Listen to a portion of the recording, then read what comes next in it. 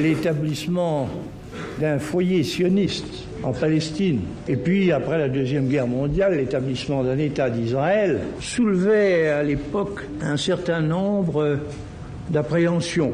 On pouvait se demander, en effet, et on se demandait même chez beaucoup de Juifs, si l'implantation de cette communauté sur des terres qui avaient été acquises dans des conditions plus ou moins justifiables et au milieu des peuples arabes qui lui sont foncièrement hostiles, n'allait pas entraîner d'interminables frictions et conflits. Et certains même redoutaient que les Juifs, jusqu'alors dispersés, mais qui étaient restés ce qu'ils avaient été de tout temps, c'est-à-dire un peuple d'élite, sûr de lui-même et dominateur, n'en viennent, une fois qu'il serait rassemblé dans le site de son ancienne grandeur, n'en viennent à changer en ambition ardente et conquérante les souhaits très émouvants qu'il formait depuis 19 siècles.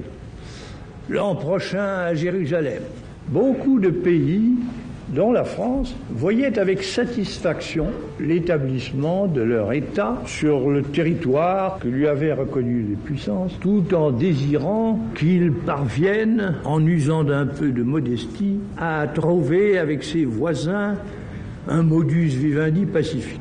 Il faut dire que ces données psychologiques avaient quelque peu changé depuis 1956. À la faveur de l'expédition franco-britannique de Suez, on avait vu apparaître, en effet, un État d'Israël guerrier et résolu à s'agrandir. Et ensuite, l'action qu'il menait pour doubler sa population par l'immigration de nouveaux éléments donnait à penser que le territoire qu'il avait acquis ne lui suffirait pas longtemps et qu'il serait porté, pour l'agrandir, à utiliser toute occasion qui se présenterait. C'est pourquoi d'ailleurs la Ve République s'était dégagée vis-à-vis d'Israël des liens spéciaux et très étroits que le régime précédent avait noués avec cet État.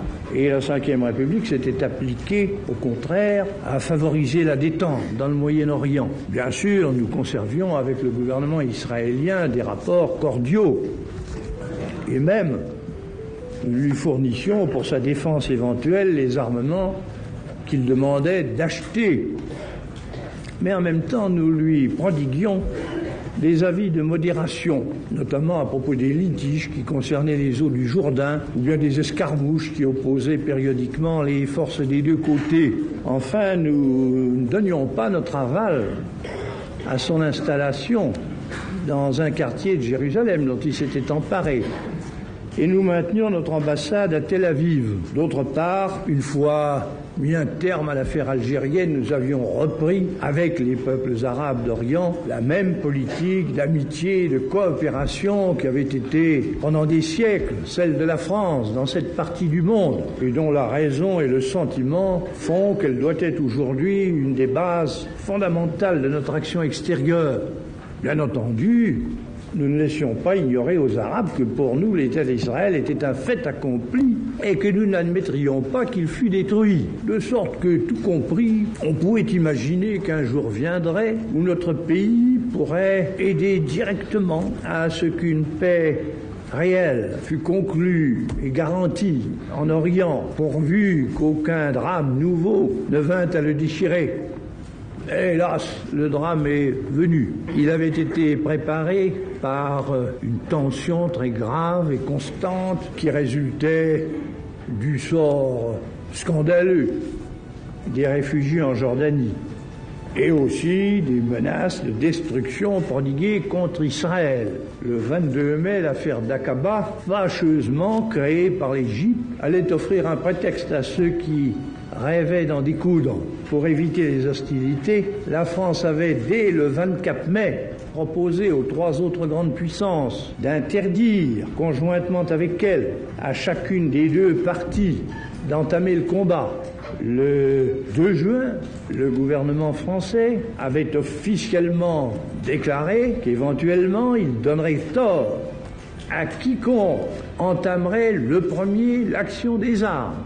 Et c'est ce qu'il répétait en toute clarté à tous les États en cause. C'est ce que j'avais moi-même, le 24 mai, déclaré à M. Eban, ministre des Affaires étrangères d'Israël, que je voyais à Paris. Si Israël est attaqué, lui dis-je alors en substance, nous ne le laisserons pas détruire.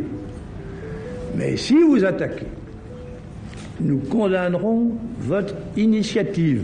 Certes, malgré l'infériorité numérique de votre population, étant donné que vous êtes beaucoup mieux organisés, beaucoup plus rassemblés, beaucoup mieux armés que les Arabes, je ne doute pas que, le cas échéant, vous remporteriez des succès militaires. Mais ensuite, vous vous trouveriez engagés sur le terrain et au point de vue international, dans des difficultés grandissantes, d'autant plus que la guerre en Orient ne peut pas manquer d'augmenter dans le monde une tension déplorable et d'avoir des conséquences très malencontreuses pour beaucoup de pays, si bien que c'est à vous, devenus des conquérants, qu'on en attribuerait peu à peu les inconvénients. On sait que la voix de la France n'a pas été entendue. Israël ayant attaqué, s'est emparé en 6 jours de combat des objectifs qu'il voulait atteindre. Maintenant, il organise sur les territoires qu'il a pris l'occupation qui ne peut aller sans oppression, répression, expulsion. Et il s'y manifeste contre lui la résistance, qu'à son tour, il qualifie de terrorisme. Il est vrai que les deux belligérants observent pour le moment, d'une manière plus ou moins précaire et irrégulière, le cessez-le-feu prescrit par les Nations Unies, mais il est bien évident que le conflit n'est que suspendu et qu'il ne peut pas avoir de solution sauf par la voie internationale. Mais un règlement dans cette voie, à moins que les Nations Unies ne déchirent elles-mêmes leur propre charte, un règlement doit avoir pour base l'évacuation des territoires qui ont été pris par la force, la fin de toute belligérance et la reconnaissance de chacun des États en cause par tous les autres.